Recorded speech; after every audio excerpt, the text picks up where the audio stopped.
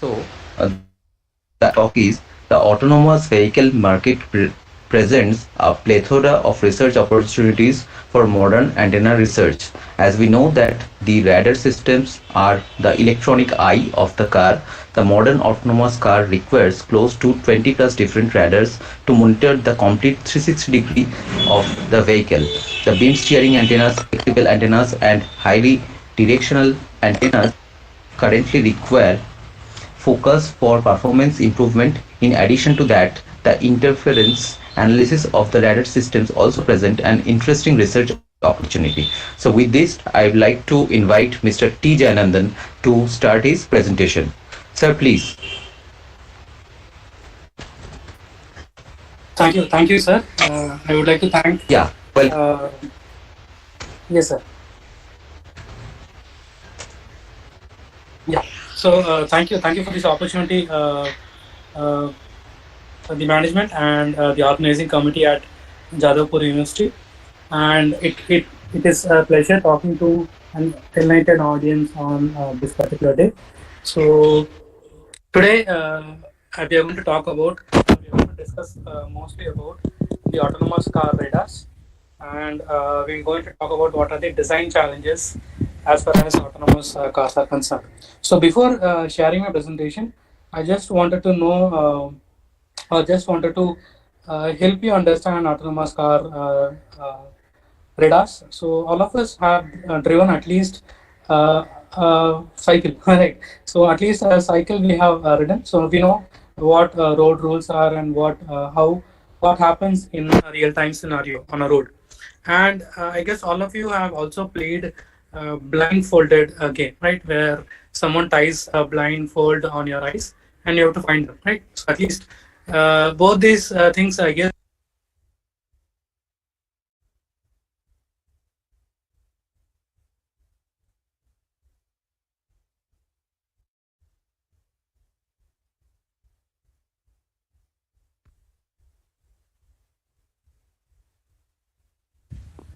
Am I audible, hello, sir? sir. Yeah, now you are audible. Before some time, you were not audible. Okay, Oh, sir. sorry. Okay. So I guess just a second. I just changed to my Wi-Fi. Just a second.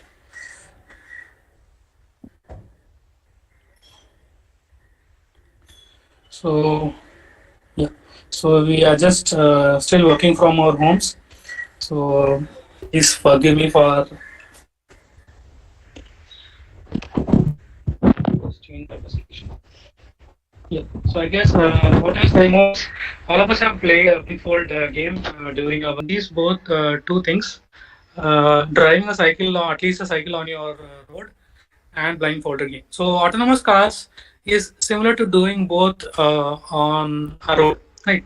You don't know what is the car doesn't know what is there in the environment, and has to meet the real time road challenges or traffic challenges. So with that understanding, let's jump into today's topic.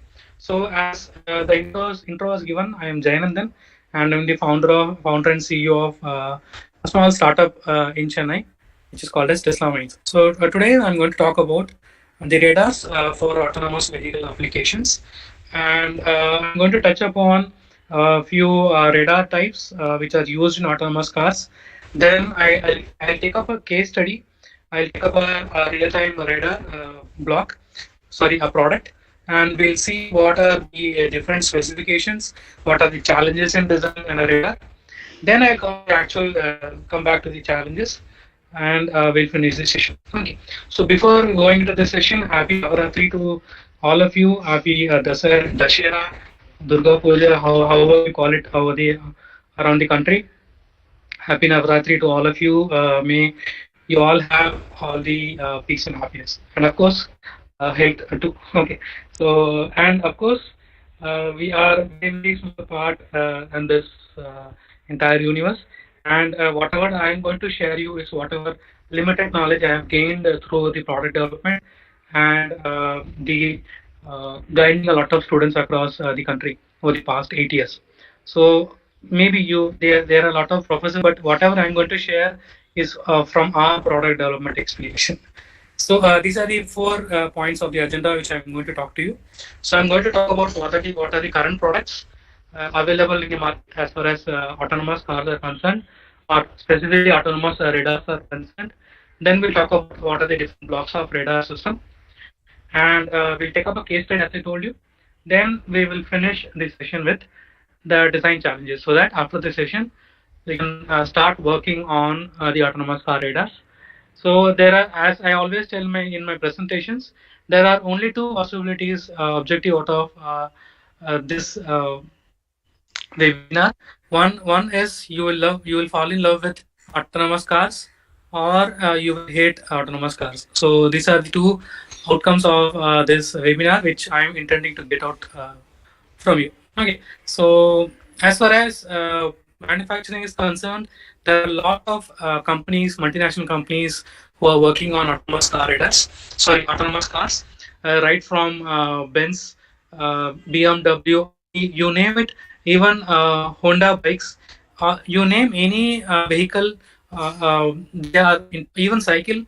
They are working on making the product autonomous cars. No, autonomous vehicles. It may be heavy vehicle, or it may be as simple as a simple cycle. So autonomous technology or autonomous capability is not restricted to only cars. You any automobile manufacturer, they are getting into this technology now. So one such interesting company which has got into this technology is Sony. Right. So you are actually seeing Sony Vision car, fully autonomous, capable of driving itself in real time condition. Right. So there is no limit of which company is actually working on autonomous cars. So whoever has the image processing capability and designing advanced sensors, they are the rulers. They would be the rulers of the autonomous car industry. So it will not be only restricted to mechanical supremacy. It will be it would be to with the semiconductor supremacy. So that's where the industry is shaping up. There are no single or only few brands who control the autonomous cars. There are a lot of companies, right from Google, Facebook, Uber, and uh, what was that? I forgot. Yeah. So a lot of companies who are competing to gain upper hand in this technology, and Sony is one of them. So what we have achieved till now is maybe there are four levels of five levels of autonomous capability. This you all know. I'll just go from the bottom. So the levels of autonomy are differentiated with respect to how humans and machines interact. Right. So in initial stages, we had only the driver, only mechanical parts, and we need to drive the vehicle across from point A to point B. Then we had level one of autonomous capability, where we had assisted help from the car, like ABS or EPD, like that. The car would assist us in braking or a few other applications like ECU and all those things. So that is maybe level one of autonomous capability, which is built maybe in most of our cars today. Then we have the level two of uh, autonomous capability, where few of the applications are autonomous. Like when we do the reverse parking, there is in few car models, maybe all the top model models. What we see is when we reverse the car, you can see lines at the back end of the car. So in the camera, sorry, in a screen, you can see the rear end of the vehicle. There you can see lines, which is the safe distance to park the car. So that is the example of the partially automated, but the radar is there or the ultrasound is there, but you have to park the vehicle, so that is partially automated. Then we have level 3 of automation, where the car can drive itself.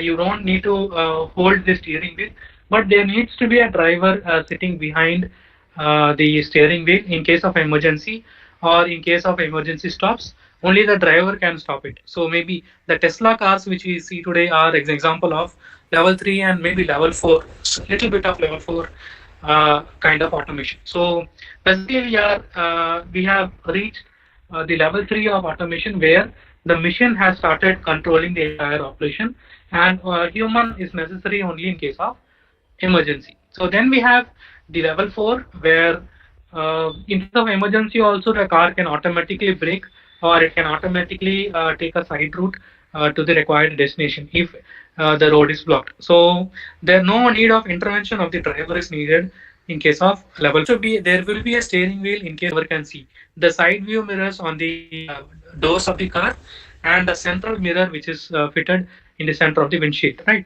I guess you can imagine all this. So there is a spot in the side of the car where the vehicle is not at all visible in all three of these mirrors. That is called as blind spot. And the driver thinks that there is no vehicle in that particular spot, and they turn, and that's where the accidents happen. So blind spot is a very big menace as far as the current generation of automobiles is concerned. So that is why we need radar for blind spot detection. And we also designed a radar for blind spot detection. Okay, so then we have the forward and rear collision warning systems. So these are simple radars which warn the driver or automatically brake the vehicle in case of any emergency stops, or in case your vehicle is speeding up and you need to brake emergency brake. In that case, you have this forward and rear collision warning systems. So then we have intelligent parking systems. Again, if you have seen Ford Endeavor or BMW advertisement or commercials, you will see this automatic parking in facility. So not only commercials, you can go to YouTube, or you can go to a website called continental.com, where you have example for all these videos for all these ADS systems. So intelligent parking system help the car. The radars help the car in automatically parking in a particular space. As if you have been a driver of a car, especially, and when I started driving, when I was a fresher as far as driving is concerned, parking was a nightmare for me, right? Because the parking takes so much calculation when you have to park in straight between two cars. Okay, so that is the most horrible thing which I can imagine as a new driver. So in that case, this intelligent parking assist will automatically park the car in the required position. So these are radars which help the car in positioning itself in the particular gap. Right, then we have cross traffic alert. So this is very interesting. So before approaching the junction, the radar can alert or can know which vehicles are approaching in the junction. So it can automatically make decisions whether to go or stop. So where there are no traffic lights. In that case, then we have the lane change assist. Again, as I told you, when you are driving in a highway, or when you're driving in a at least a 2-lane or 3-lane highway, in that case, changing lane is a very disciplined approach. So we have to first make sure that we put on the indicator, switch on the indicator, and then wait for a few seconds and then turn to the next lane. But normally what we do is we blindly follow all this, not follow all these rules in India. But lane change assist is a very good discipline. If you are driving a car, or if you're driving a two-wheeler, please do use indicators. Okay, so these are the different applications which make the autonomous car or autonomous vehicles possible, and the fundamental block or the fundamental parameter which makes all these advanced driver assistance system is a radar. Okay, so that's why I wanted to tell you about these systems. Suppose if you are interested in working towards these radar systems, don't work on all these radars. Take up any one of these objects, sorry, any one of these applications, and start designing your radar. So if you take up everything, you are creating a black hole for yourself. You will never come out of it, right? So do one radar first, then move on to the other. Sorry, so other radar. So these are the different radars or different systems which help the autonomous cars becoming a reality, and that takes us to the very important topic, that is the radar blocks. So there are two or three or maybe four different systems in an autonomous car which make the technology possible. So they are basically the camera, something called as a LIDAR, light imaging detection and ranging.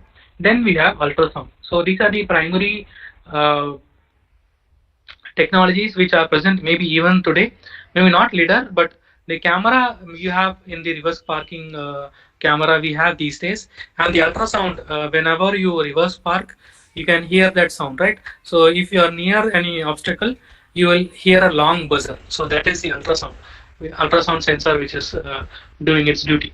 Of course, you have the buzzer, but that is possible because of the ultrasound. So these are the primary technologies which are needed to assist the driver in case of the real-time scenarios. So the camera system is used in an autonomous car to differentiate different objects. For example, if the car is moving in a road, so the car has to, so the camera system helps in differentiating between street light and a dustbin, a human being and an pet animal. So each and every, just imagine looking at something. So when you look at something, you immediately recognize it, right? So that thing, that process, the camera system needs to do, right? So this is where all the machine learning and deep learning and artificial intelligence come into picture. So the camera systems, these are simple imaging systems which capture the image, but the supercomputer uses artificial intelligence, machine learning, deep learning, or whatever, however you want to call artificial intelligence systems.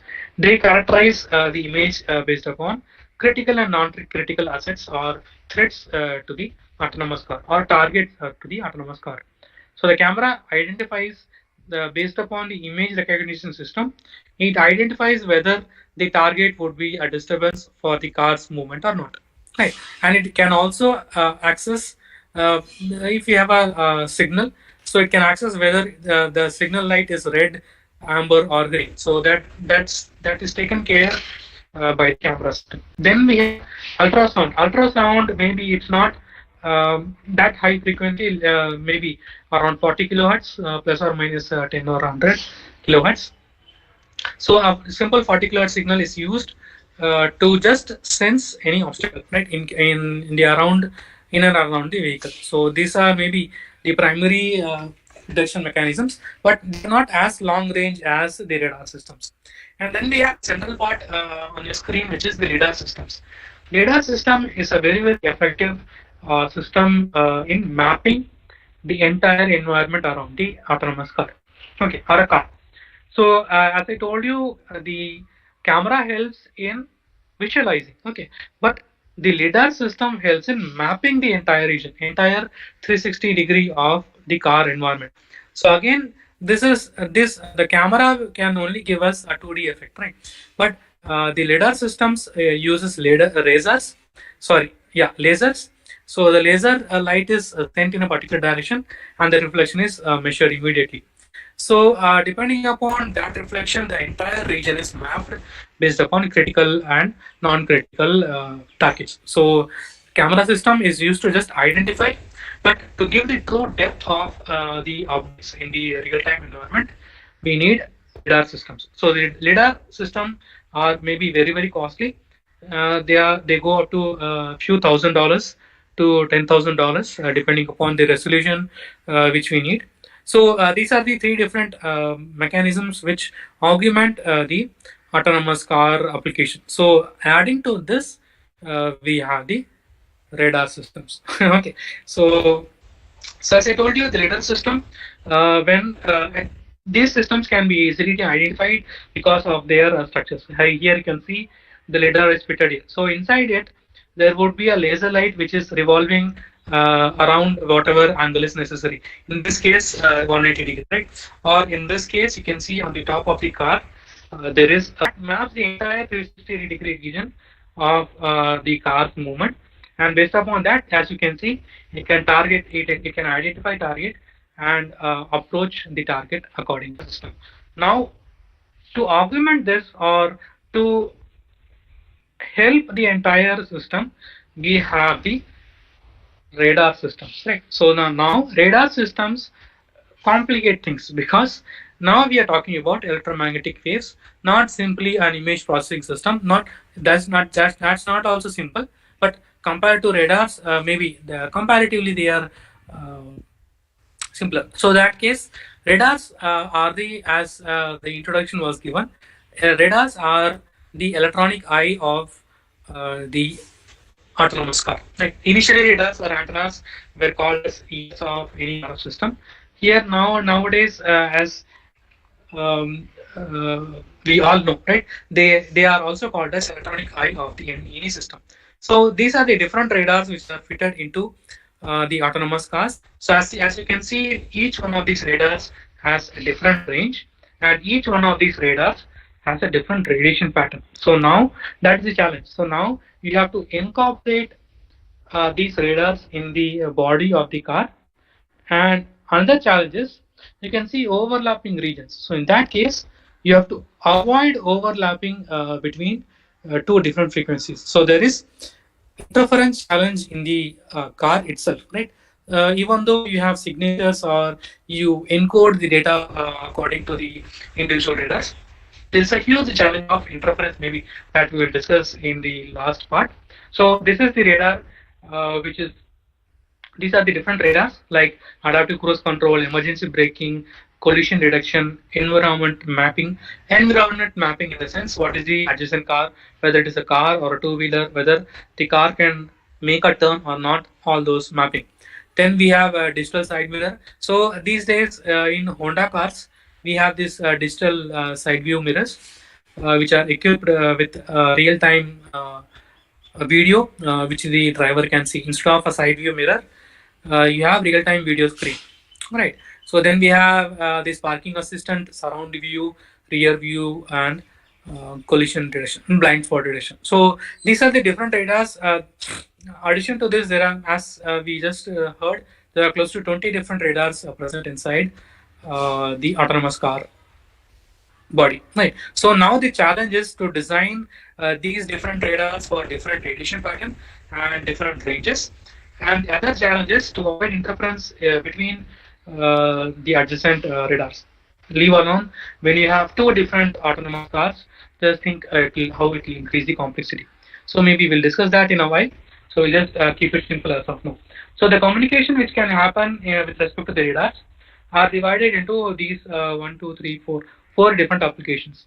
So one communication which the radar has to take care is the vehicle to pedestrian communication. So whether the pedestrian is walking at a particular speed, depending upon the speed the vehicle has to cross, or if the vehicle the pedestrian is going to cross a road, then the radar should sense that as a threat and stop the car slowly, right? So vehicle to pedestrian communication is one block. Next, we have vehicle to network communication. Maybe this might not be the radar, but the vehicle to network communication is to do with how this car is connected to the central cloud, so that we can access the information of the car in case of emergency. So that might not be the radar, but vehicle to network antenna design or RF system design is also important. Then we have vehicle to vehicle communication, where one radar needs to identify the other radar and come to a conclusion, or not only radar, the vehicles to talk to each other, like just like how we show hand signals now, right? When we turn, we show hand signals like that. When we have fully autonomous cars, two autonomous cars going one behind the other. So if the front going car needs to turn, so we should not, no one is driving there. So there would be no one to show the hand gesture. So in that case, the front moving vehicle communicate to the back moving vehicle, back coming vehicle, that I am going to take a left turn. Please don't follow me. You go in your own particular lane. So that information should be sent across to all the adjacent vehicles. So that is vehicle to vehicle, V2V communication. That might not be, again, that might not be radar, but you need antenna systems or RF modules to do that vehicle to vehicle communication. And then we have vehicle to infrastructure communication, where the vehicle can start talking to the traffic lights. It can start talking to the emergency situation.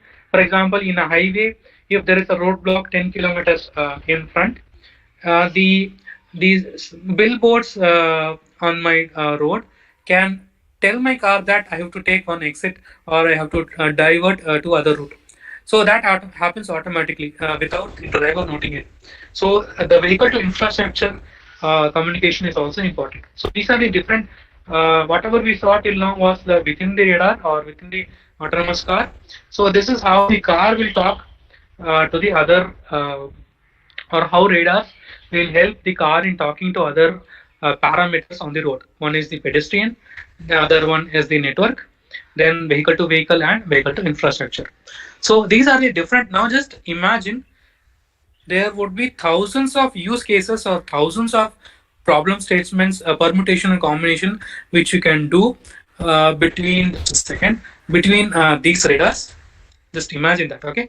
How you can combine one of these radars to one of these use cases.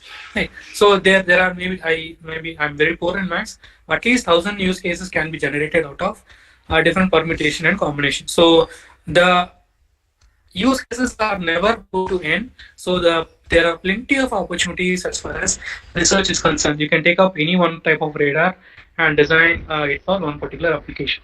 Okay, so this is how the radar are incorporated in real-time systems these days, and this is why knowing radars is very, very important as far as autonomous cars is concerned.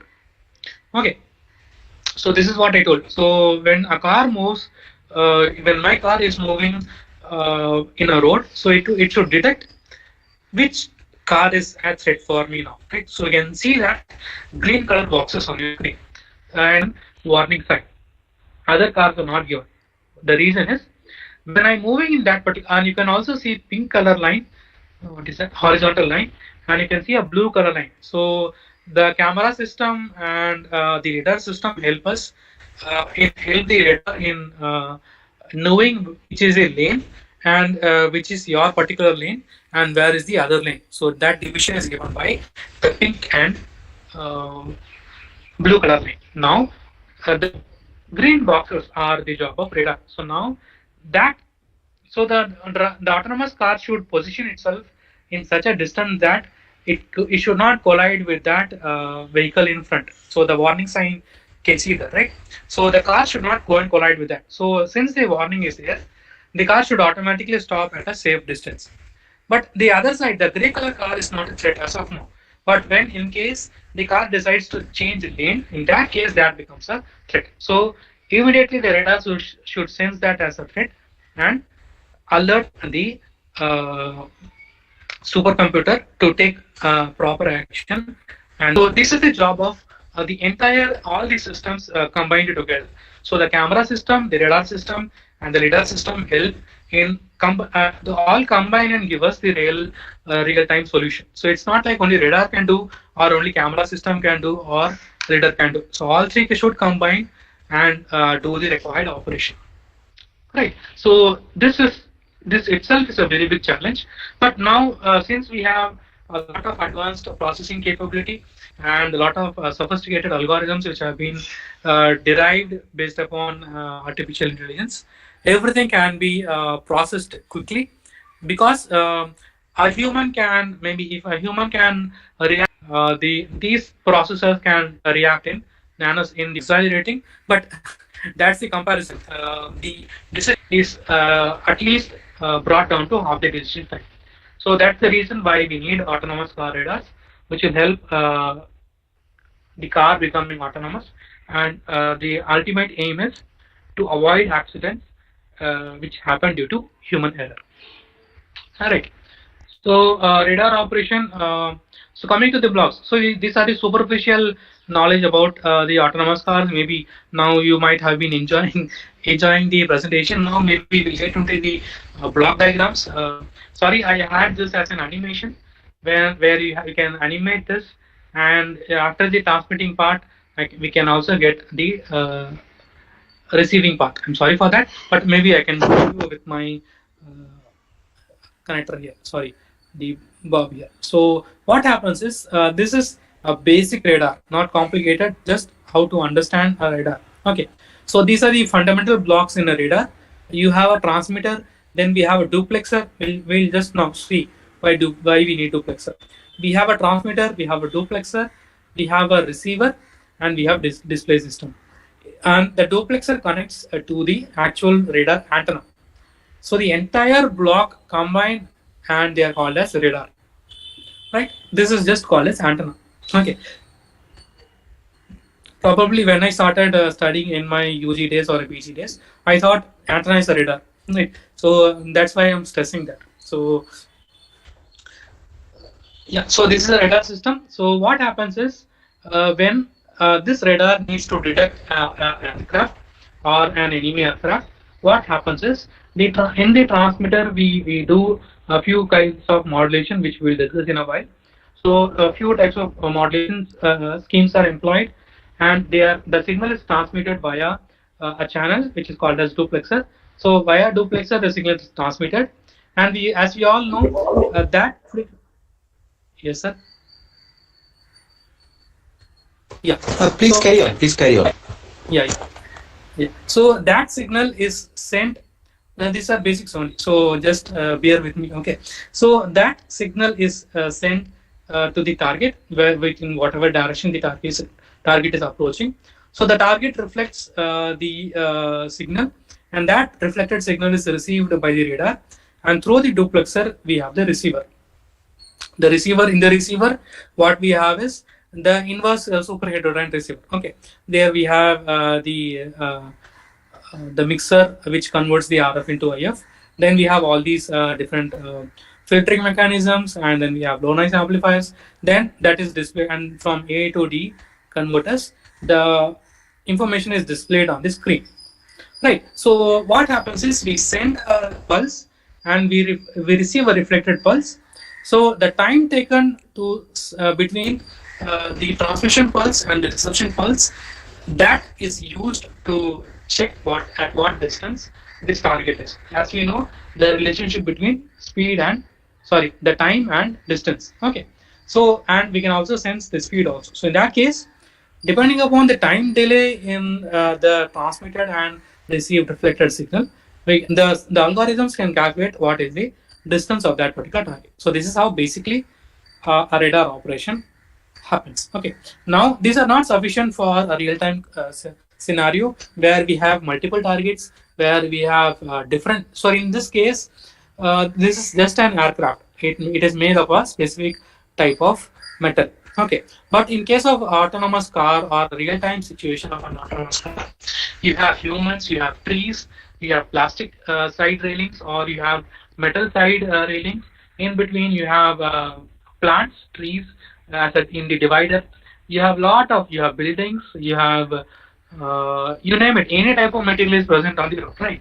So you have plastic roads, plastic-based roads, and you have the traffic lights, fiber traffic lights, LED lights, right? So all these different forms of material create a lot of challenge for the radar communication, because each one of these materials will reflect or will observe the radar signals, any frequency in a different. So now that is the reason why we have all the other complicated or sophisticated radar systems, which maybe I'll show you the next slide. So what will change with respect to the different radar systems is the change would be with respect to the modulation schemes employed here, or it would be based upon the way in which you demodulate. Of course, if you have a modulation scheme, accordingly you have the different types of demodulation schemes. So one that will change, and also what will change is the number of antennas which are used in the radar operation. Right. So how? So the basic concept remains same. Right. There is a transmitter. Just imagine a super heterodyne receiver. Okay. Transmitter, super heterodyne transmitter, and super heterodyne receiver. Right. So you have a transmitter and you have a receiver. So the duplexer here is used because both maybe there is a duplexer can be considered as a bandpass filter, or two types of, not bandpass filter, a power combiner and a power splitter. So that is that operation. So that process is called as that component is called as duplexer. So it can transmit and receive at any given point of time. So that is why it is called as duplexer. So depending on, because as we just saw, the transmitting frequency is different and the receiving frequency is different. So there is a possibility that we can use the same equipment and transmit and receive using the same equipment. But in case, what would happen if we have two different filters? In that case, the filters will add noise, or it will add delay to the received signal. So in that case, we don't go for two different filtering mechanisms. We go with the duplexer design. So this is the basic radar operation. As I told you, what changes between the autonomous car radar is the antenna form factor that changes completely, because this radar we cannot fit inside on the body of the car, in the door of the car or on the roof of the car. So that this 3D antenna or this antenna is changed entirely into a microstrip structure. So that is the first change.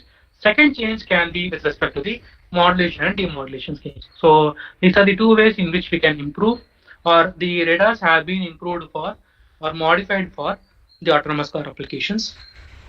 So another very, very important aspect which is employed by the autonomous cars is the Doppler effect. So as we all know, the Doppler effect give us a property that depending upon the movement of the target, the reflection frequency changes.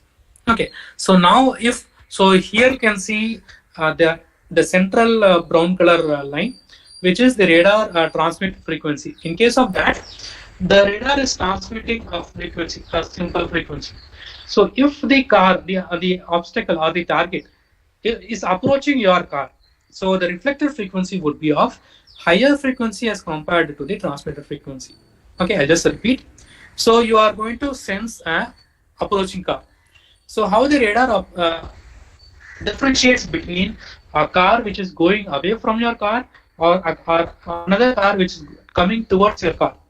So the radar cannot see so the radar has to decide based upon the fundamental property of a sine wave. Either so the fundamental property of the sine wave is either time, which is frequency, or the amplitude, as we all know, right?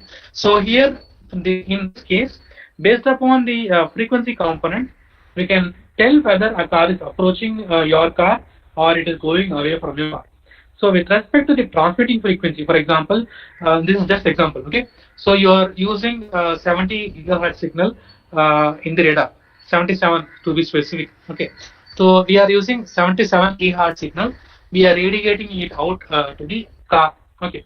Now, if the reflected wave has more frequency than 77 gigahertz, at least it is, if it is even 77.5 gigahertz or any higher frequency, which means the radar will encode that, or the system will encode that as an approaching vehicle. Okay. In the other case, if the radar sends out 77 gigahertz signal and the reflected signal has less than 77 gigahertz, like 76, 70 gigahertz, 40 gigahertz, which means the car is going away from my car. So radar is transmitting a signal and receiving the reflected. So Doppler effect is adding one more point to that. So if the received frequency reflected wave, the frequency is higher, the target is approaching you. If the signal frequency is lower than the transmitted frequency, the target is moving away from you. That is one thing. Okay. Second thing is, based upon the amplitude, what we can do is, maybe that won't come under Doppler effect, but based upon the amplitude of the reflected signal, we can characterize what material that target is. Okay. Plastics absorb RF signal differently. So essentially, different dielectric constant absorb RF signals differently. So in that case, depending upon the frequency, we can tell whether the target is approaching or moving ahead away from my car. Depending upon the amplitude of that 77 gigahertz frequency signal, I can characterize what type of material that is. So this is very, very important in addition to this understanding these blocks. So these blocks, transmitter, duplexer, receiver, and display. Then we have the Doppler effect, which takes care of the frequency component of the transmitted wave. So they combine and help the radar systems understand and range the target. So these are the different types of radars which are used in a lot of different applications, right from the basic air traffic control, or the radars used in missile tracking, used in warfare, or even the small radars which are used in drone applications. So in all these applications, the radar need is to detect, range, and come to a conclusion at what distance and what speed that particular target is. Okay, so the primary radar is just a simple radar which we saw here. It just transmits a pulse or transmits a signal and receives it, and depending upon that it comes to a conclusion. Now that is the primary radar. Then we have the secondary radar. Secondary radar in the sense, just imagine, or just I'll go back now, sorry. So here just imagine the aircraft also having a radar, and that radar responds to this radar. Okay, that I am so and so, it gives the required information about that particular aircraft, right? So that is secondary radar. So in addition to this primary radar, you have a secondary radar at the target or the other vehicle or the other mechanism. So in that case, other product, sorry. So in that case, that becomes a secondary radar. So in that case, both the radars combine, information is combined, and the radar system comes to a conclusion. Okay, so then we have, so these are the, so now whatever I'm going to tell you, the continuous, yeah. So the continuous wave radar and the frequency modulated continuous wave radar, these are the radars used in autonomous car applications. So the continuous wave radar, as the name suggests, instead of sending a burst or pulses of signal, continuous radar keeps on sending the uh, signals to the target and keeps on receiving the signal from the target. So it's like continuously tracking. Suppose if you just imagine, yeah, this might be kiddish, but just imagine you are standing on your terrace and a bird is flying over you. So what you do is you follow the bird over the entire whatever range you can see the bird. So your eyesight is following that bird, right? Just imagine, because I'm sitting in the terrace, I'm taking this example. So just like that, this radar and this continuous radar keeps on targeting or keeps on track on that target by continuously emitting a signal and measuring the reflected signal.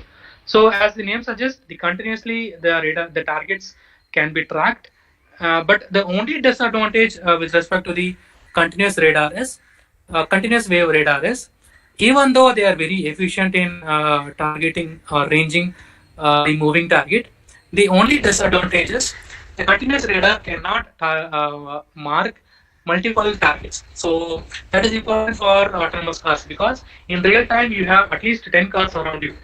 Just imagine a signal around your home. There are at least 10 or 15 different vehicles around the car. So in that case, the car needs to monitor or track all these 10 or 15 different vehicles. So in that case, continuous wave radars cannot be used because they cannot target or they cannot mark different targets. So for that, we go to the next type of radar system, that is frequency modulated continuous wave radars. So as the name suggests, so this is also a continuous wave radar, but the only advantage here is the signal which was being sent is frequency modulated. So now the advantage here is, we are, maybe I can show you that, yeah. So so this is what happens. So when in the frequency continuous wave frequency modulated continuous wave radar, sorry, I did this spelling wrong, this FMCW, sorry for that.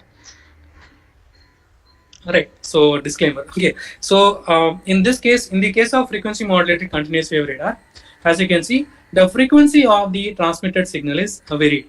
So why this is done? Because now where we send this entire signal to the target, and we receive with respect to the target distance, we receive a reflected signal.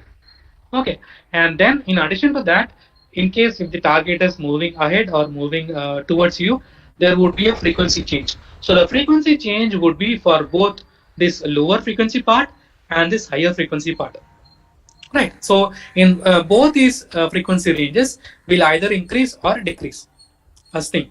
Second thing, the need for this frequency modulated wave is, now the radar can target or can measure different targets, because as we just saw, different materials or different dielectric constant materials reflect with different forms of voltage and frequency. So in that case, depending upon the frequency at one burst, for example, as you can see, in one particular pulse, there is one particular frequency that will be classified as one particular vehicle. Right. In the other set of burst, if we receive some other frequency with some other amplitude, which means it is some other obstruction in the way. Right. So depending upon that, so this frequency change in between helps us in identifying or separating two different amplitudes. So that is the reason why we have something like this is something like a switch between two different frequencies, right? So now this part of the frequency might get reflected with different amplitude. This part of the reflected frequency might be of different amplitude. So now the radar can sense that this is one particular material and this one particular material. So in that way, multiple targets uh, are received or uh, accurately modeled in using the frequency modulated continuous wave signal. So sorry. So as to sum up, maybe it has the ability to measure.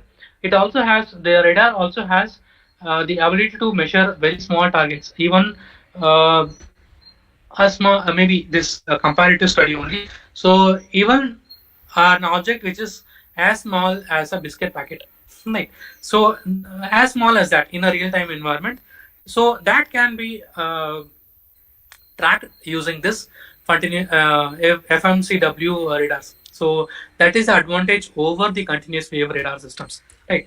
And it can measure or it can target, it can study two or three different targets simultaneously, because as we just saw, depending upon the frequency, it can check whether uh, the target is approaching you or moving away from you.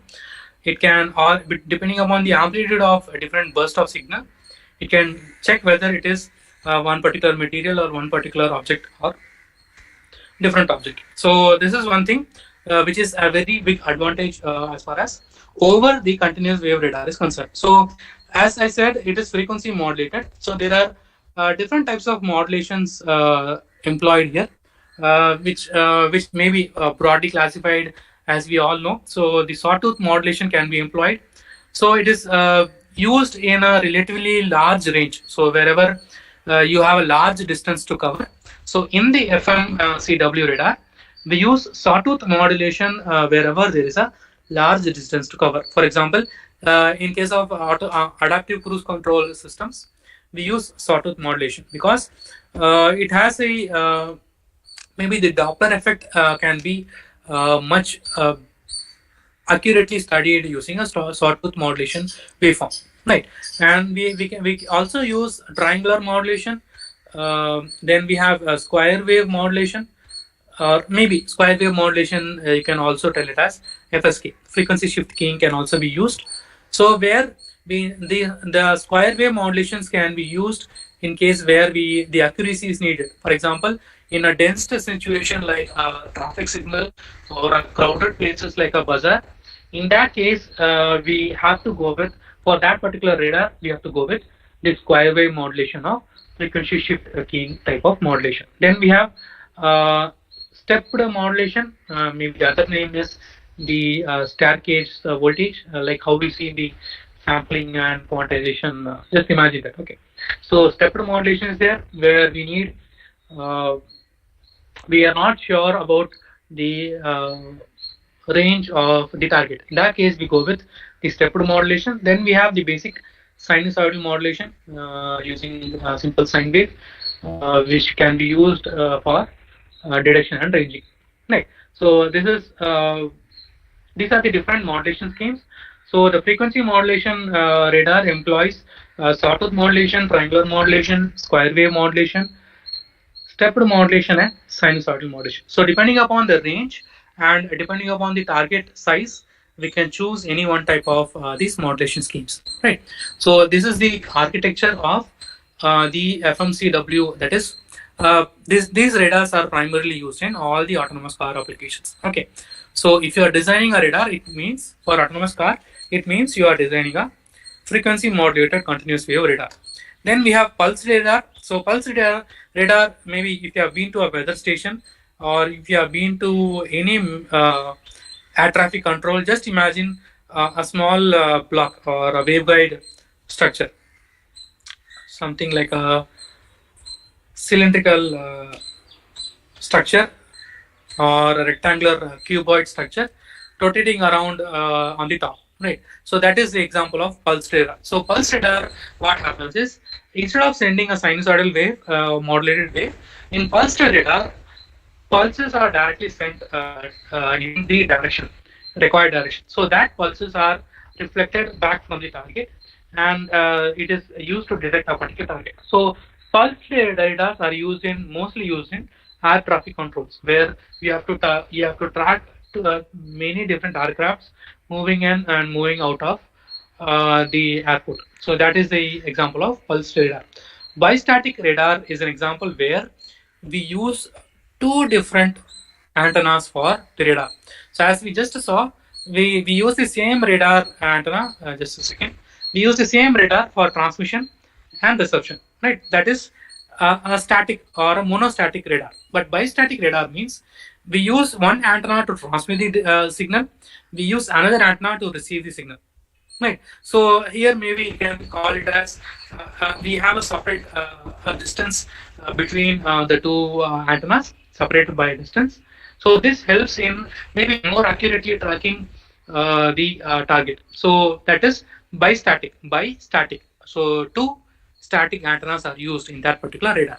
And we have the side-looking airborne radar systems, which are used again in aircraft and fighter jets, where the radar maps the entire swath. Swath means the beam coverage region in the ground, right? So that is swath. So maximum width the beam can cover. So the swath is directly below the radar. So the radar helps in tracking. For example, if the aircraft is looking to touchdown, in that case, this side-looking airborne radars will help in positioning the radar at the center of that particular runway. Or in other case, just a second. In this case, the autonomous car, the side airborne radars helps in place having at the center of the lane. So that is that radar, side looking airborne radar, not airborne in the case of autonomous cars. So these are the different kinds of radar systems which are used in many different applications, and based upon the required application in the autonomous cars, these are used accordingly. So and most probably the frequency modulated continuous wave radars only used in the real-time applications. Okay, so these are the different radars. As I told you, I'm just telling you from my particular experience. I'm not going into the mathematical derivation because Google search or a textbook will give you. I'm not. Maybe I'm not going to tell about that because that's now. So if this has created an interest in you, you will automatically go and learn that, right? So that you can do at your own pace or at your convenience. So my job is to inspire you or help me in my radar design, right? So these are the different kinds of radars used in any real-time application and also autonomous car application. So frequency, I am sorry for this mistake again. So that is a frequency modulated continuous wave radar. So I'll take up a case study quickly. As I told you, I'll just change my presentation. I have time, I guess. Yeah, I have time, I guess. Yeah. So this is a real-time product which is developed by smart microwave sensors. So there are two types of sensors on the car: active and passive sensors. So the camera system come into the category of passive sensors, which just receive the signal or which just identify. Right. But in case of the LiDAR or radars, they are called as active sensors because they transmit and receive and continuously monitor different parameters. So there are two different sensors. Maybe in few papers or few companies might address radars as sensors also. So in that case, don't get confused.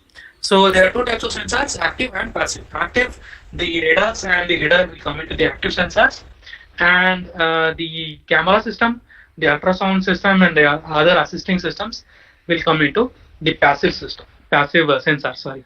So coming back, so this radar is designed by smart microwave sensors, Germany. Okay, so this is a 77 gigahertz uh, sensor, and most of the radars.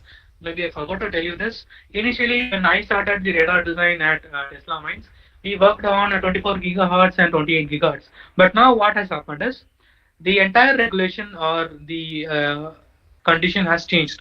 So after 2025, the entire frequency of operation, or maybe 22 or 25, I'm not sure. So after that, the entire operation would be only in 77 gigahertz. So whatever R&D we have done, it is no longer, maybe you can use it for 2 or 3 years, but after that, the entire regulation or the entire operation of the radars would only be on 77 gigahertz. So if you are working on 28 or 24 gigahertz, please change or re-evaluate your radar design to 77 gigahertz. So this radar which we are going to discuss is designed for 77 gigahertz. I'll quickly skip all these steps. So this is a data sheet of the design, which I have taken it as a case study. So just to make sure that you understand. So if I'm telling you the parameters, that would be my story. Now, if you know that it is a product. So now, if I tell about the different parameters of radar, you will understand it in a much better way. Okay. So maybe if you are a teacher, you can use this in your classrooms also. So this mode. Okay. Right. So as I told you, this is 77 gigahertz radar sensor for multiple automotive applications. So this is why I told the frequency modulated continuous wave radars are used for not only one particular targets, for identifying different targets and different ranges also. We will see now why. Right. So there are two types of range possible here with this particular radar. One is the wide beam mode with medium range, and the other beam is the long range mode with narrower field of view. So the radar can automatically switch, or the company can give a mechanism where the switch can be done. So most probably it is automatic based upon the application for which the radar would be used. Right. For example, a Ford might use this radar in a different way. A BMW might use this product in a different way. So for that, they have given these two options: the wide beam mode for medium range and the long range mode with narrower. So basically, one wide beam for shorter distance, narrow beam for longer distance. So this we have to understand. So the measurement principle here is a 4D. I will share this. Okay. So I will share this to the organizer. They can share it back to you through your registered emails. So the mode of measurement here, in case of radars, is this is not with respect to the dimensions which we see 1D, 2D, 3D, and 4D. So here the dimensions mean a completely different aspect. Okay. So these radar can go up to 4D visualization of the obstacles or the targets. By visualization, I mean deducting and ranging only, not the hour visualization. Okay. So the radar can sense that visualization. So this radar can go up to 4D ultra high definition sensing. So what 4D means is, so a 1D radar means it can do the Doppler measurement, which is it can measure the speed of the target. 2D type of range, 2D type of radar means it can also do the range measurement at what speed and what range the target is. That is 2D radar. 3D radar gave us another capability, that is it can measure the azimuth angle. Maybe this is a little confusing word. Azimuth angle in general means the horizontal angle. Okay, the horizontal angle at which the target is moving and it is approaching us. So that is 3D capability. Now 4D means you can also gauge or sense the elevation angle.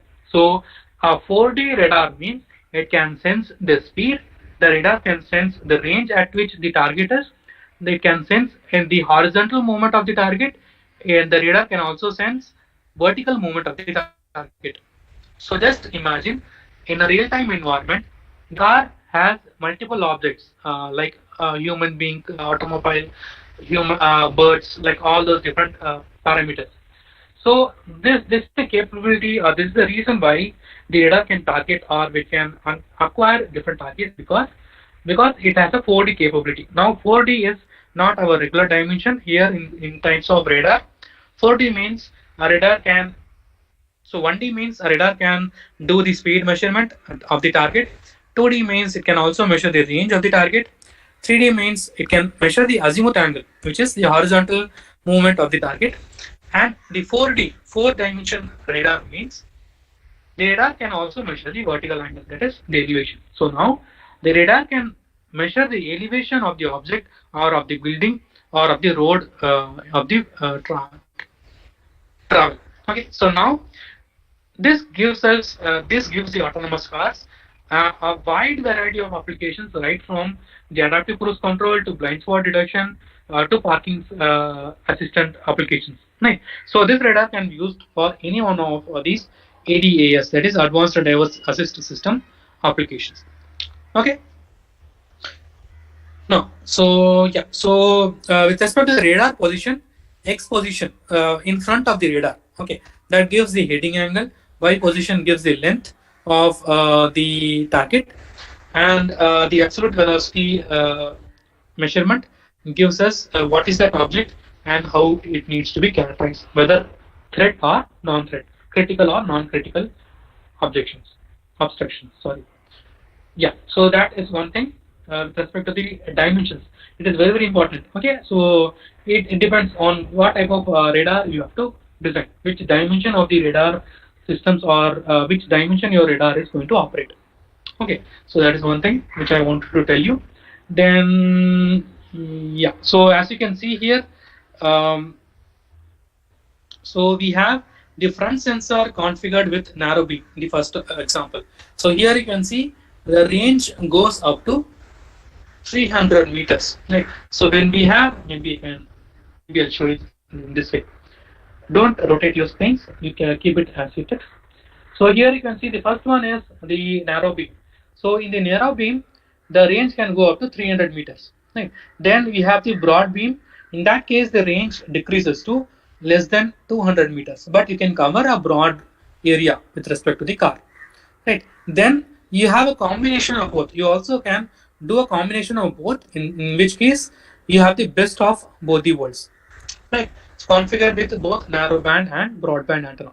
So depending upon the application or the requirement of the driver or the manufacturer of the car on which these sensors are used, they can be configured. This radar can be configured automatically. Right. So this is what the different modes of operation is required. So now we have to design our radar antennas in such a way that they incorporate all these beam steering and reconfigurable radiation antenna pattern configurations.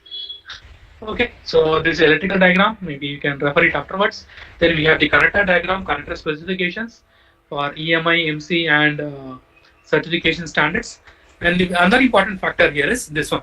So this is what you all will be designing in case if you are working on autonomous car radars. So we have to decide what is the operating frequency. As I told you, everything is happening on 76 to 77 gigahertz only. Maybe in the V band, I guess. I'm not sure.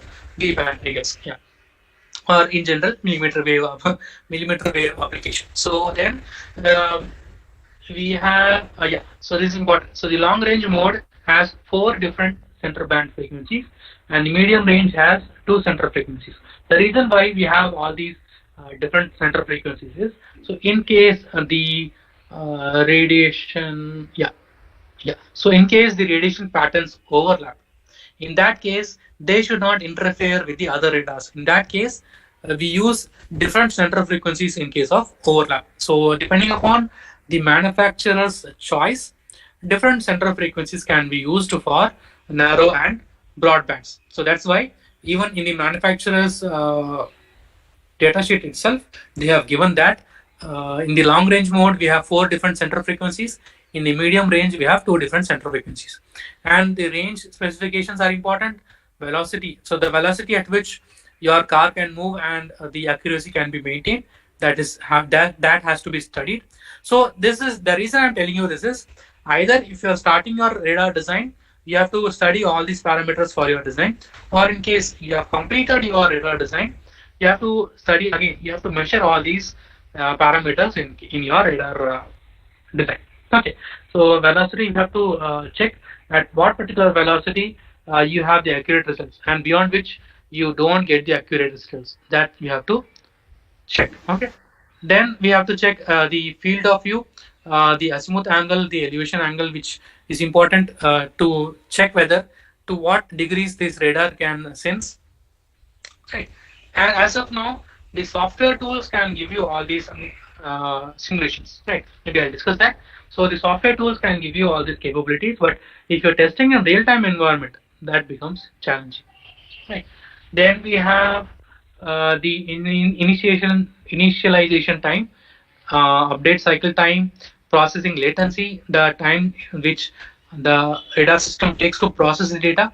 Because in a real-time environment, it should be very fast algorithm. There should not be any latency or change the time delay. So that needs to be verified. Then we have the operating voltage, power consumption, bandwidth, very important. Maximum power transferred, storing temperature, that's also very important. Then we have a connector which is used, the shock and vibration test. This is very, very crucial because depending upon the small vibrations or in case of large vibrations, if the radar is not fitted on the body part, in that case, the radars will vibrate. In that case, you will have a lot of different radiation patterns being generated. So this shock test is done on that particular product. Then we have the IP, that is the water resistance capability, standard rating. Then we have the pressure or temperature, transport altitude. So these are the different parameters which we have to analyze or we have to simulate in the during the radar simulation. Or if you are testing the radar, you have to make sure that you have all these use cases being tested, so when you do all these things, then only your paper can be published in a very good journal. So when you are aiming for a very good journal or even a patent, which we are aiming also for, so we are still to measure all this. So we should measure all these different parameters, tell them that your particular antenna is very good or has improved depending upon the existing system comparatively. In that case, you can get the patent or you can get the paper published. Or if you are doing for your hobby or you are going to apply to a company or you are working in a company, your product will get successful. Right. So this is the case study which I wanted to do, and I will share this PDF with the organizers. They can share it with you, so we can have a class. I've got a question. Hello. Yes, sir. I've got a question. Are we using the compressed sensing? Sorry, sir. See, as far as signal is concerned, are we using compressed sensing? Maybe I'm not sure of that, sir, because because my expert, maybe what I'm good at is the RF front-end component. I'm not that good at the signal processing. Maybe I can answer that through email, sir. Sure. Okay, fine. Okay, Yeah. thank you. I just request one second. I just request all the participants to type their question on the chat box, or at the end they can ask to the speaker. Thank you so much. Please carry on, sir. Yeah, I'm sorry for that because I could not answer the question because I should not give you half answers. So in case I can answer you via email, or you can send the request directly to my whatever contact I share it to you. So you can share it to me, sir. So that I can give you the correct answer. Right. So the challenges as far as the radar systems or the autonomous car radar systems, quickly I'll finish it because we don't have time. So the challenges are both with respect to the signal processing and the antenna design or the RF front-end component design, because now we have seen that in a real case scenario, there are multiple targets that needs to be sorry for that. Here the shell has begun, so sorry for that, right? That crackers. So where was I? So in a real case environment scenario, what happens is you have multiple targets that has to be detected and ranged simultaneously, and decision has to be taken immediately. So there are a lot of different challenges, but I'll address or I'll talk about few challenges here. Okay, so now the system or the RF front end itself will face challenge, or the processing stage, that there we'll have the challenges. So the challenges are broadly classified in both in the signal processing as well as the RF front end components. So as far as signal processing is concerned, we will have, because we have the processing. Maybe this will explain you. So we have both the process. This is not our antenna. I have taken it from another paper. So if it is your antenna, thank you for this antenna. Okay. So I've taken it from a reference. Maybe I can share it if you need. So there is a very big challenge which is called as mixed signal interference. The mixed signal interference, as the name suggests, there are RF front-end components on the radar system, and there are also signal processing systems on the radar blocks. So in that case, when this is a single product and it is enclosed into a single casing, that leads to mixed signal interference. So which means the RF signals might add harmonics or might radiate harmonics on the processing or the CMOS board. So in that case, this leads to unwanted frequencies or maybe in general harmonics transients being generated in the processing boards, so or the radar processing boards. So this is mixed signal interference, which is a very big mess. So how to avoid this? Generally, what the designers do is they either give a EMC shielding or EMI shielding in between the processing board and the radar board. Or the other thing is placing both the boards, both the processing board and the radar, and two different enclosures. So this is in that way, either by providing a screen like EM shielding in between both the boards, or by packing both the radars and the processing board separately, we can avoid this mixed signal interference. But this is a very big challenge. Then we have, again, as I told you, targeting multiple, ranging multiple targets is a very big challenge as far as autonomous cars is concerned. And another challenge is, for example, just imagine we don't have mobile phones. Okay, sorry, not mobile phones. We don't have mobile numbers.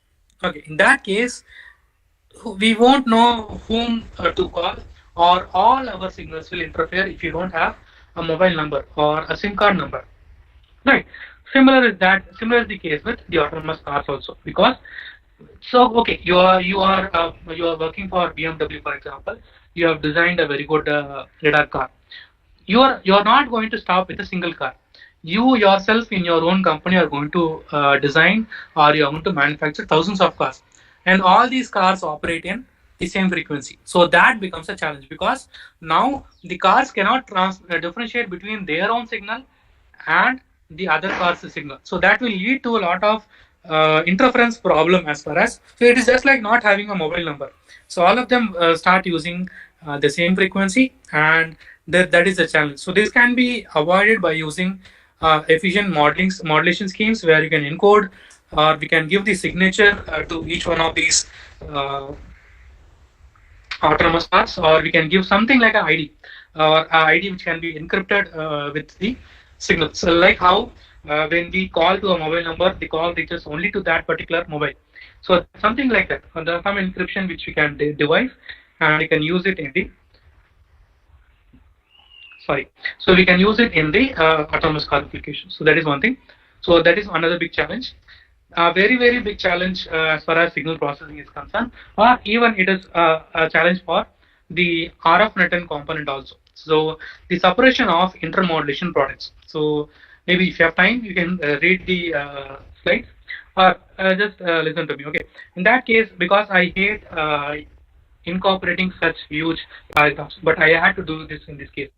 So in any case, when we have a transmitter or a receiver, super heterodyne or a high frequency transmitter receiver, we have a power amplifier, we have a low noise amplifier, we have aliasing filters or RF filters, we have mixers and oscillators. So all these components basically in general, they create noises or harmonics, and they act as unwanted noise to other components. So that is not different for radar applications also. There also we have these unwanted intermodulation products being generated in the systems. So we need to define, or we need to devise the filters in such a additional filters in such a way that these intermodulation products are avoided both in the transmitter and the receiver. Okay, so this is one important challenge. So, challenges which we have discussed till now is the mixed signal interference, the multiple vehicle operating in the same frequency, and the suppression of intermodulation products in the radar signal. And another challenge, as far as maybe pure antenna design based challenges, the adaptive array and the beamforming antennas. Maybe in the radar systems which we talk about, that is for 77 gigahertz, the wavelength is very small. So just imagine a 1 mm or a 2 mm or at least 5 mm antenna. Imagine, right? So we have such a small antenna, and that we can create an array of maybe 64 plus 64 array antenna, or 128, any number of array of antenna, maybe the uh, size of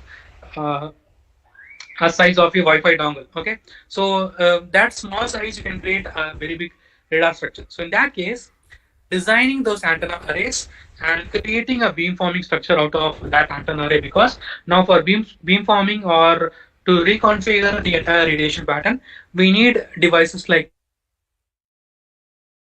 configuring MEM switches to do that ring configuration. So just imagine, already the antenna is in the now solder the switch or the pin diode on that particular antenna array. That becomes a challenge. Okay, so the acoustic antenna and designing the adaptive antenna array or beamforming network is a very big challenge for autonomous car application. That might not be a problem for other applications where size is not an issue. But in case of autonomous cars, just imagine the radar should be fitted inside the bumper of the car. In that case, and it should not protrude out of the car, because no one will take that case. The radar should not be visible outside, and it be small enough to be fitted on the car bumper. So size and the form factor is a very big challenge to incorporate all these adaptive array antenna and beamforming structures. So that is one very big challenge for the radar system antenna design. Then so then another challenge is, okay, fine, you have designed your antenna, but to find the required test systems, right?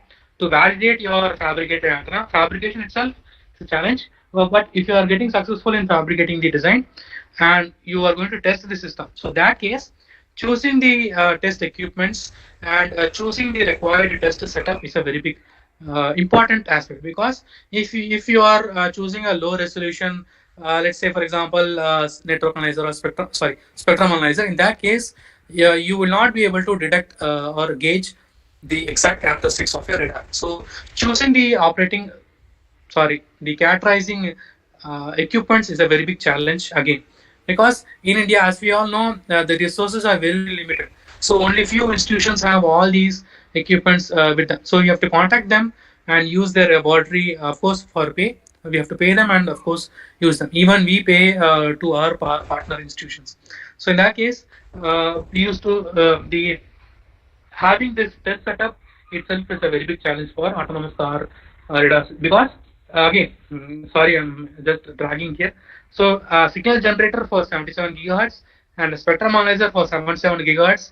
Maybe only few institutions like ISRO, DRDO, or few ITs only they have, or Shamir they have. Other than that, maybe no education institute as of now don't have. Other than few, maybe if I missed a few universities, you might have these higher frequency network analyzer. So that is a big challenge. Another challenge, maybe right from the simulation part, finding the right software tool is again challenge. So ANSYS gives a wonderful simulation environment where you can place your radar antenna on any one particular car part. For example, here you can see on the bumper, the radar antenna can be placed, and the characteristics can be your required car part.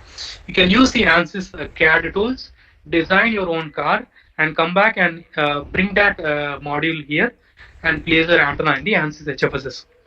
Right. So this is HFSS only. So ANSYS, why I'm telling ANSYS is because if you don't have the car model, or your car model is not there, or your car part is not there, you can immediately go to ANSYS CAD tools, use them and design your own car part or car, and immediately export that to your ANSYS HFSS. So the interoperability is very, very easy in ANSYS products. So that's the reason. So here, that is one thing. Second thing, which is very advantage in ANSYS HFSS or the environment, is you can have this real-time traffic scenario analysis also. So you can create a scenario where you have different vehicles.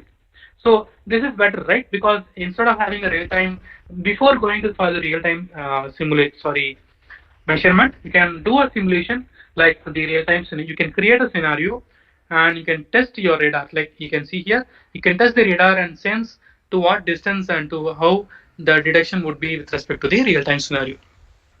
So the challenges in as far as radar design for autonomous car or for any application is choosing the right software, choosing the right instruments for the design, the validation of your design, then the antenna array and beamforming antennas, then the challenge is the separation of intermodulation products. Maybe this is not only for antenna, this is also for the other culprits, that is the other RF front-end components like RF amplifiers, RF filters, mixers and oscillators. So you have to reduce the intermodulation products. In case if all the vehicles operate in the same frequency, what to do in that case, right? When you have at least 10 or 15 autonomous cars in the road, so what to do that in that case, right? So that is one challenge, and the biggest challenge is mixed signal interference. So if you are now, if you fall in love with or if you are excited to design a radar for the autonomous cars, choose any one advanced driver assisting ADAS systems, right? Any one capability like cruise control, collision avoidance, parking assistance. Choose one application and design a radar for that one particular application. So in that way, you can create a really useful project or a product for the real case industry, and that would be used. So you can patent that. Actually, that is important. So after designing, you can patent that design, and they can sell it if you are not interested. Okay, you can sell it or you can earn royalty on it with the other automobile companies. Because I'm telling you, because of the Startup India or Make in India, if we have a patent from India, so these companies are ready to support us with respect to the technology, right? So at Tesla Minds, what we have done is this was maybe 2 years ago. So what we did was we designed antenna, not radar, an antenna for one particular application, like the blind spot detection. I guess, yeah, blind spot detection. We use that, and it was to operate in 2 different frequencies. We thought that we can operate both in the GPS, or sorry, not GPS, in the Bluetooth frequency or the Wi-Fi frequency, and the 77 gigahertz frequency. So as I told you, choosing the instrument is a very big challenge. So this is the instrument which can operate Keysight network analyzer, which can operate only till 3 gigahertz. Okay, this was only there in my test set. So in that case, now because we did not get the 77 gigahertz network analyzer at that particular time, we left that. So we just have the antenna as of now. So the antenna was designed on Rogers 5880 substrate of that substrate, and then we used tin on top, right, and for as metal. So in that case, this was the antenna. You can see on the bottom here, this antenna is there that we tested and we characterized it. For this test was only for 2.4 gigahertz, and 77 gigahertz we are yet to test. So if you have an network analyzer, please invite us. We can test it, or we can validate this antenna. So this is what we have done, and we are also working on radar beamforming antenna for another application in the autonomous car region. So if you are interested in collaborating with us, or if you want any projects from in this particular autonomous car radars, I'll be very happy to help you, because you will help me in our product development, right? So being the decision maker of my company, so I can take all these small decisions. So in case if you want to collaborate with us for research, or you want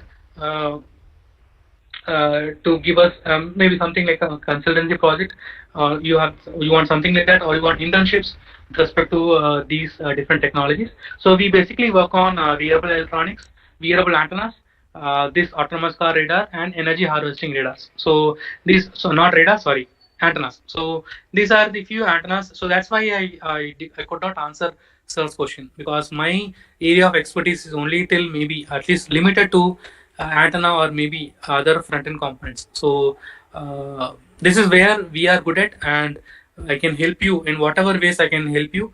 I can help you with respect to the design, test, and simulation of these subsystems. So you can just a moment, sir. Yeah. So you can either contact me on WhatsApp or send me an email or follow me on LinkedIn, Facebook, and Instagram. Wherever you are, I can help you. Right. So with that, I conclude my session. So I have talked about the, yeah, I just recap that. Just a second. So I talked about the current products, what is the current situation. Then we talked in length about what are the different radar blocks. We talked about the continuous wave radar, frequency modulated continuous wave radar, the different modulation schemes used there, and what is the advantage of different modulation schemes. Then we took up a real product and did a small case study, and we came to know that what are the different dimensions of radar applications, and what are the different parameters which we need to take care when we design a radar. Then finally, we talked about the challenges in the autonomous car radar systems, and maybe in general radar systems and autonomous car radar systems in particular. Right. So hopefully this session might have helped you in understanding autonomous car radars, or has ignited some fire in you to work on autonomous car radars. So there's a lot of opportunity, because as I repeatedly tell, there are close to 20 or 25 different companies who have their research and development office here. Even now, Tesla Motors is coming to India with their research facility. So in that case, you name any major player of the world, they have a research facility in India. The reason is we have that much knowledge, or we can solve any problem easily. But finally, the product is US product. That's a different that is a different case. So there are a lot of companies who are working on these autonomous car radars. So you can use this opportunity. This is the right time, because once this technology matures, you will have only cut copy paste jobs, right? You won't have a real time problem solving jobs, because that will become like a software industry. You have to just go and do the design and come out. So now if you join the company, you will designing the systems from for example, in the application layer, from the physical layer to the final application layer. So network layers, right? So that is the advantage. If you join this bandwagon, autonomous car research bandwagon, you will be designing all these different parts, and when the technology matures, you will become an expert in this particular domain. So that is the vision, and hopefully I have created a vision for you, and I have really helped you in understanding autonomous car radars. So thank you for this opportunity, Ardenu sir, and Jadavpur University for allowing me to talk on this particular topic. Thank you, sir. Thank you so much for your kind and valuable talk. So I think participants are really very much interested in this topic, and they have posted a number of questions. But before I go to the question answer session, Dr. S. Raghavan sir, he has requested that he wants to say a few words regarding Tesla Minds. So I request Dr. S. Raghavan to please continue. Sir, please.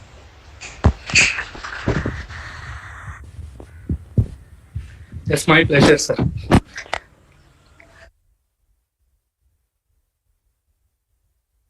Hello, Raghavan sir. Can you hear us? I think there is some audio issue, or he has not unmuted his mic. Okay, so we can continue with the question answers, and later on we can take him online. Yes, sir. Okay, just wait. I'm going through the question.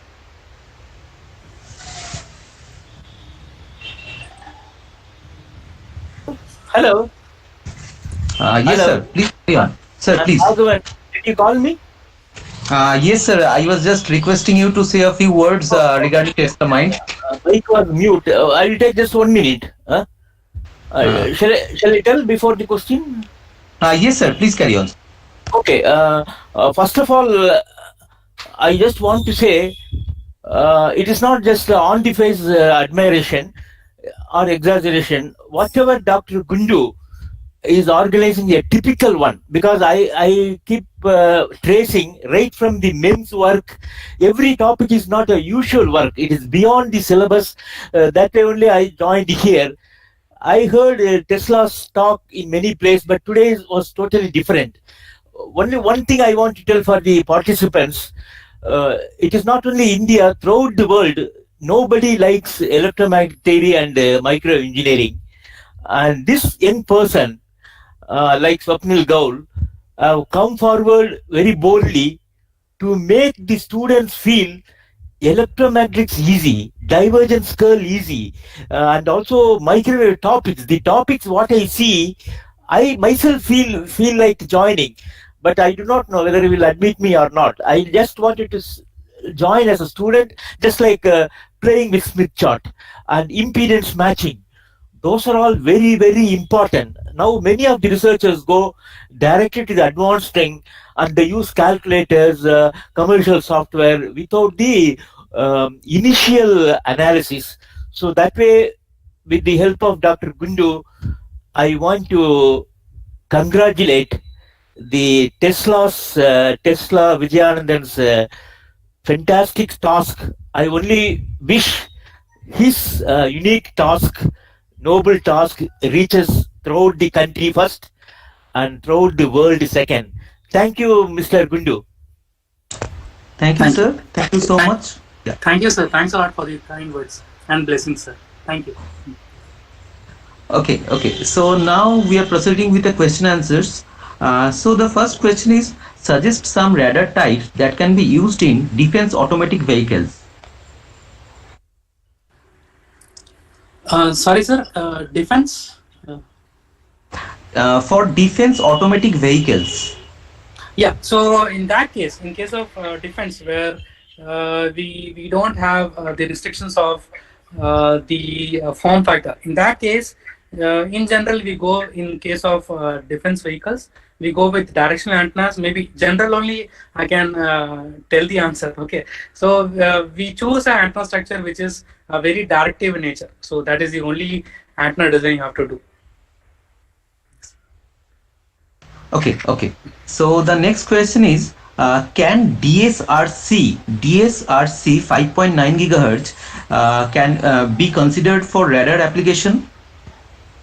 Is that a substrate, sir? I'm not sure. I do not know. I request Sushamoy Samonto to please elaborate your question. Thank you, Professor Kundu. So actually, I want to elaborate. DSRC is dedicated short-range communication. So this is such a frequency band. I mean, it's an important vehicular communication band that is at 5.9 gigahertz. So Yes. there is several applications of vehicle-to-vehicle communications. But my question is, can 5.9 gigahertz be used as vehicular radar application? This is my question. Yes, sir. So as of now, for vehicular radar, the only frequency which has been allowed might be the regulation frequency is 77 gigahertz, sir. Between for the radar application, maybe for vehicle to vehicle or vehicle to infrastructure, you can use this 5.9 gigahertz, sir. Okay, and a related question is, I mean, what is the basic difference between DSRC and CV2X? Because currently I am seeing several papers are coming with CV2X applications. I mean, it's looking similar, but they are coming with CV2X applications. Okay, can you just expand that DSRC, sir? Yes, DSRC means dedicated short-range communication that was earlier used in 5.9 gigahertz frequency. But currently, CV2X means cellular V2X. I mean, the vehicle to infrastructure, vehicle to vehicle, when it is being integrated with the 5G network or cellular communication system, then it is called as CV2X. But actually, I have some confusions as whether CV2X and DSRC actually, they both use the same frequency, 5.9 gigahertz. Because in many material, I am seeing that they are using 5.9 gigahertz, but in some materials, I am seeing that I mean, some 5G frequencies are also being used by CV2X applications. So Okay. I have a question that whether they're same or, I mean, they're different. Different, sir. So as the name suggests, DSRC can maybe what I think, from your question is, from your explanation is, that is only for a dedicated application. But in case of V2X application, the communication is with respect to everything. That is the infrastructure. So that is the difference, sir. Okay. Maybe I can. Okay, I would like to discuss with you later regarding that, because I mean your proposal looked very interesting to me, so I'll contact you later regarding that. I can give you a better explanation in the email or after the sessions. Yes, definitely. I'll write to you. Thank you. Thanks a lot. Yeah, thanks a lot, sir. So we feel really very much honored that this platform is helping researchers to collaborate with each other. So we are really very much pleased for this. Yeah. Okay. So the next question is, some participant is asking for the slides. I think you can share it with the slide and the presentation as PDF and the case study also, sir, so that you can share both. Yeah. Okay. So I'll email those things. Yeah. Whatever questions they have, maybe I can answer that individually through email also, sir. Okay. Because so I am going through some questions here also, and then if they have any further query, they can write to you. That would be better. Sure. Okay. So another question is how to separate unwanted targets with same reflected amplitude. Yeah. So unwanted targets, in the sense, now that's where the leader and the camera systems come into picture. If that particular direction or that particular region, the camera system detects that as and சாயந்தரம் எனக்கு சரியாயிரும். காலையில பாரு 6:30 மணி சும்மா பேசிட்டு இருந்திருக்கேன்.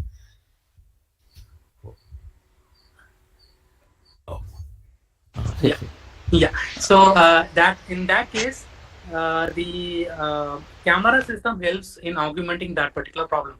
So if the camera also detects that as a critical target or a target which needs to be identified as a critical obstruction, in that case, the differentiation is made. So the radar cannot make the differentiation. The algorithm or the supercomputer which sits at the back of the car, that makes the decision, comparing the results with the camera system and the LiDAR systems. So they all combine and give you the required decision-making capability. Okay, thank you. The next question is, what is the scope of reconfigurable antennas in autonomous radar system? Yes, sir. So in that case, reconfigurable antennas, in the sense, frequency reconfigurable antenna have no use.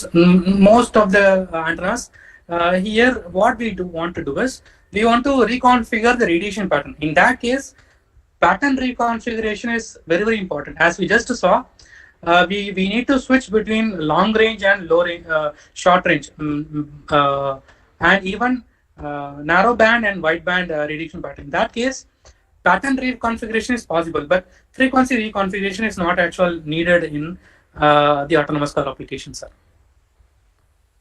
Okay. Next one is, what types of antennas are used in automotive radars? Yes. So in case of automotive radars, most of the structures are microstrip structures only. The reason is, as I told you, we have to pack the radars in the bumper of the car. In that case, we cannot go for a horn structure or a reflector structure. So we should make sure that the car's aesthetic, for example, a BMW or a Benz aesthetics are not disturbed due to this radar. So in that case, no one will purchase that car. So we should pack the radar on the surface of the bumper so that it is not protruding out of the car. So that is the reason why we normally prefer, or most of the companies prefer, microstrip antennas. That is the major choice for autonomous car radars, sir. Microstrip structures. Okay. So we have a question from V. Mahadevan sir. So he is asking, two different frequencies are not simultaneously used. So why do we need to bother for IMPs? Yes, two sir. Different frequencies? Yeah. Okay. Please carry on. Yes, sir. So two different frequencies are not used, but as we all know that in any case of RF front-end modules, the the amplifiers present or the filters, mixers, oscillators, they present, they might generate the unwanted frequency or harmonics, or the due to the noise figure, they might generate the unwanted frequency. So the separation of the intermodulation product of that particular RF front end, that's what I meant, sir. Either in the transmitter or in the receiver. Now, is it due to the spurious which is coming out? Yeah, spurious behavior. So that is beating with your regular transmit frequency and then giving you IMPs. Yes, sir. Isn't it? Yes, sir. No. See, you said that there are a lot of spurious radiations. So those spurious radiations, along with harmonic or subharmonics which are present, they may beat with the main frequency and then give you products. Yes, sir. Exactly. So because yeah. So that can be very, very, very well modeled, because at the time, and then you should possibly take care. Because otherwise, IMPs are all a very big job for you to really. I mean, it will cost you quite a bit if you had to put additional circuitry for all those things. Exactly, sir. Both the study, analysis, as well as implementation. Exactly, sir. Yes, sir. Yeah, that's why it's a very big challenge, sir. So in case we have that unwanted harmonics, that becomes a challenge. Actually, sir has also asked another question, that is, EMI-EMC tests are important and mandatory for releasing before sale. So is it theoretically analyzed? Which one, sir? Sorry. Madhavan sir, please, can you please elaborate your question? See, this EMI-EMC tests are very important for all automotive vehicles. So are you theoretically analyzing or going only for practical tests at some locations? Test locations only, sir. So EMI, maybe pre-compliance test or compliance test we have to do, sir. Maybe in theory, there are IEEE standards which are there for EMI-EMC. Yes, you have to comply that before you really release for sale. So first, are you doing an analysis or you straight away go for test? Yes, sir. So as far as maybe the standards which you tell, the CISPR standard or IEEE standard, in case of if we want to analyze, for example, we take up that particular standard, and we in this simulation we can measure maybe the electric field and magnetic field around the structure. That's what we can do in this simulation. Otherwise, in real-time testing cases only, maybe open air testing or pre-compliance test only we can do, sir. To verify. You have labs like Center for Electromagnetics at Madras where you can do the test. Yes, sir. See, that is one of the major places where people can do EMI-EMC tests for automotive vehicles. It's called Samir. Yes, sir. Samir. Yes, sir. Yeah, so you can go and do that test. I think most people go and do the test there. This is one of the best facilities where you can get it done. Yeah, what we heard was maybe we are a very small startup or a small company, so we could not get the chance as of now, sir. Maybe irrespective of this, they are all very good, so they will they will accept and then they will do the test also. Sure. Okay. Maybe I'll try again, sir. Sure. Because you should always go to some standard labs. See, once you say that you got tested from that Center for Electromagnetics, nobody will ask any question because they are all standard labs. Yes, sir. Yeah. Thank you for this suggestion, sir. Sure. Okay. Thank you, sir. So the next question is, sir, can you tell about ANSYS Savant tool used for antenna? SAWANT. ANSYS Savant.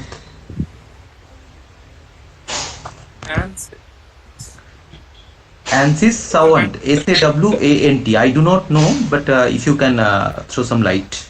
No, sir. I have not used. I have just restricted myself to HFSS as of now. I'm not sure. Yes, basically I have some idea. Can I answer the question? Yes, sir. Discuss. Yes, actually, ANSYS 7 was the older version of currently HFSS SBR Plus that HFSS is currently using. So it's the same.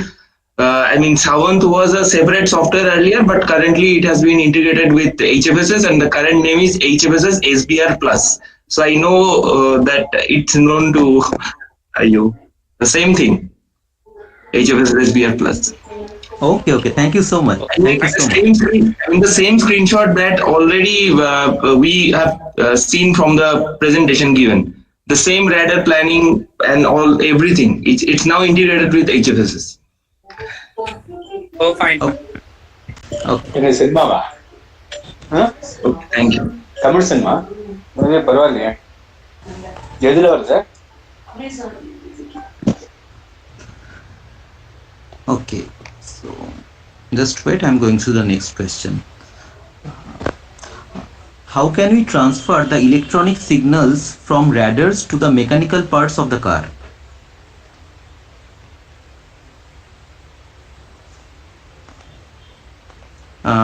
Hello. Hello, Jayanandan sir. Can you listen to me? Yeah, sorry, I just muted my. I did not notice. Okay. So should I repeat the question? Why should we transmit our radar signal to the car? Yeah, how? How should we? Just wait. I'm just going through the question. Just wait. Yes, sir. How can I transfer the electronic signals from the radars to the mechanical parts of the car? Yes, sir. That's what. Why? So for example, if the radar detects a target or if it detects an obstruction, so that is sensed or processed by the. For example, this is a general explanation. Okay. So the supercomputer decides whether that is an obstruction or not. So now the supercomputer sitting at the back end of the car decides that the car needs to stop. In that case, it sends a signal to the ECU of the car and it activates the brake or it steers the steering wheel in one particular direction. So that is not to the radar, but the radar communicates the information to the supercomputer. Supercomputer decides which actuator or which mechanical part to activate so that the car can stop or steering wheel can turn in one particular direction. So this is how the energy is transferred or the decision is taken by the supercomputer. Okay. Thank you so much. Next question is, sir, what types of radars could we use for enemy detection in defense applications? And that's a very complex question, right? So as I am again and again telling you, I have a little knowledge on the antenna design, but what the question is with respect to the signal processing. So enemy signal detection is not an RF front-end component design challenge. It is to do with the signal processing. Maybe I can answer that through email, but now I cannot answer that, sir. I have no idea about it. Okay, no issue. Yeah. The next question is, sir, will you guide me on radar cross-section reduction? So Rajesh More, he is asking this question. He wants some guidance from you. Yeah, as far as simulation is concerned or the design aspect is concerned, surely I can do that, sir. But as of now, we cannot do RCS test. Maybe as of now, I can help you in a longer period of time. So if it is for simulation, I can surely help you. Thank you so much, sir. Thank you so much. Thank you. Okay, so these are all the questions that we have received from the participants, and we are really very much fortunate that you have kindly agreed to talk on this topic, and participants have shown their interest on this and they have asked a lot of questions, and many of them are going to contact you over email or phone. So we think that we are really very much successful to host you and to make an interaction with you along with the speakers. So thank you so much for your kind cooperation and this talk, and I also thank all the participants for their kind presence and